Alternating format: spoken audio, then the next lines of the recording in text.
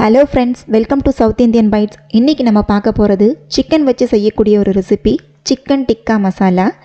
இதை இன்றைக்கி ரெஸ்டாரண்ட் ஸ்டைலில் ரொம்பவே சூப்பராக செய்ய போகிறோம். இது வெறும் சாதத்துக்கு போட்டு சாப்பிடவோ அல்லது சப்பாத்தி, நான், புலாவ் இது எல்லாத்துக்கும் தொட்டு சாப்பிடவோ அருமையாக இருக்கும்.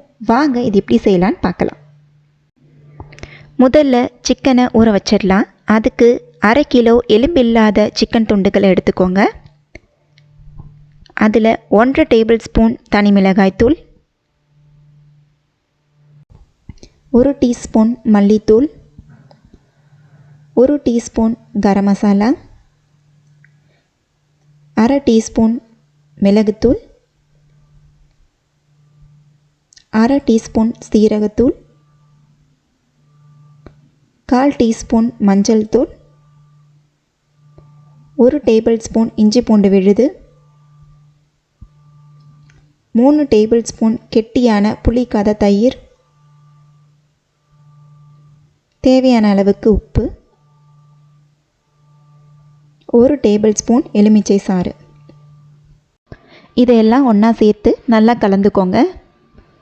இது அப்படியே ஒரு 4 மணி நேரத்துக்கு ஊறட்டும். குறைஞ்சபட்சம் 2 மணி நேரமாவது கண்டிப்பாக ஊறணும். அப்போதான் நம்ம ஊற வச்சுருக்க மசாலாலாம் நல்லா ஊறிட்டு சிக்கனும் சாஃப்டாக வேகும். அடுத்ததாக ஒரு பேனில் 3 டேபிள் ஸ்பூன் எண்ணெய் சேர்த்துக்கோங்க.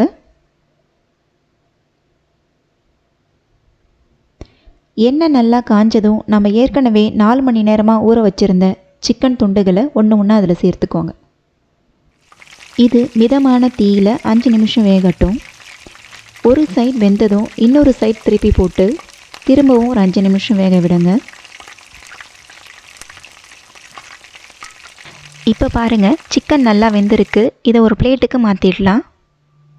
ஒருவேளை உங்களுக்கு சிக்கன் வேகலைன்னா எக்ஸ்ட்ராவாக 2-3 நிமிஷத்துக்கு திருப்பி போட்டு வேக விட்டுடுங்க. அடுத்ததாக ஒரு பேனில் 1 டேபிள் ஸ்பூன் எண்ணெய் கூடவே 1 டேபிள் ஸ்பூன் வெண்ணெய் சேர்த்துக்கோங்க. வெண்ணெய் நல்லா உருகினதும் 1/2 டீஸ்பூன் சீரகம் சேர்த்துக்கோங்க. சீரகம் நல்லா பொரிஞ்சதும் பொடியாக நறுக்கின 3 பெரிய வெங்காயத்தை சேர்த்து வெங்காயம் நல்லா பொன்னிறமாகிற அளவுக்கு வதக்கிக்கோங்க. வெங்காயம் நல்லா வதங்கினதும் 2 டீஸ்பூன் இஞ்சி பூண்டு விழுது சேர்த்து இஞ்சி பூண்டு விழுதோட பச்சை வாசனை போகிற அளவுக்கு நல்லா வதக்கிக்கோங்க. இஞ்சி பூண்டோட பச்சை வாசனையெல்லாம் போன பிறகு இதுக்கு தேவையான மசாலாக்கள் சேர்த்துக்கலாம். அதுக்கு 1 டீஸ்பூன் தனி மிளகாய்த்தூள், 1 டீஸ்பூன் மல்லித்தூள், 1 டீஸ்பூன் சீரகத்தூள் இதெல்லாம் சேர்த்து மசாலாவோட பச்சை வாசனைலாம் போய் எண்ணெய் பிரிகிற அளவுக்கு வதக்கிக்கோங்க. இப்போ பாருங்கள், நம்ம சேர்த்துருக்க மசாலா, தக்காளி, வெங்காயம் எல்லாம் நல்லா வதங்கி எண்ணெய் பிரிஞ்சு வந்திருக்கு. இந்த டைமில் 3 மீடியம் சைஸ் தக்காளியை மிக்சியில் போட்டு அரைச்சி அந்த பேஸ்ட்டை சேர்த்துக்கலாம்.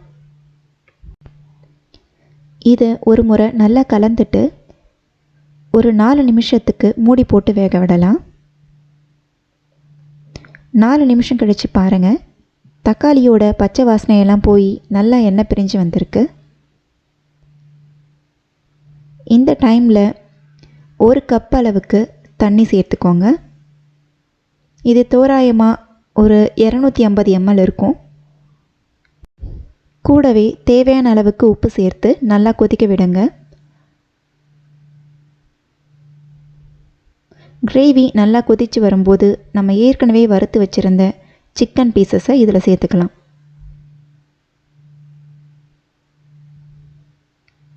இந்த சிக்கன் பீஸெல்லாம் கிரேவியில் மிக்ஸ் ஆகிற போல் நல்லா கலந்து விட்டுட்டு கூடவே 1 டீஸ்பூன் கரம் மசாலா சேர்த்துக்கோங்க.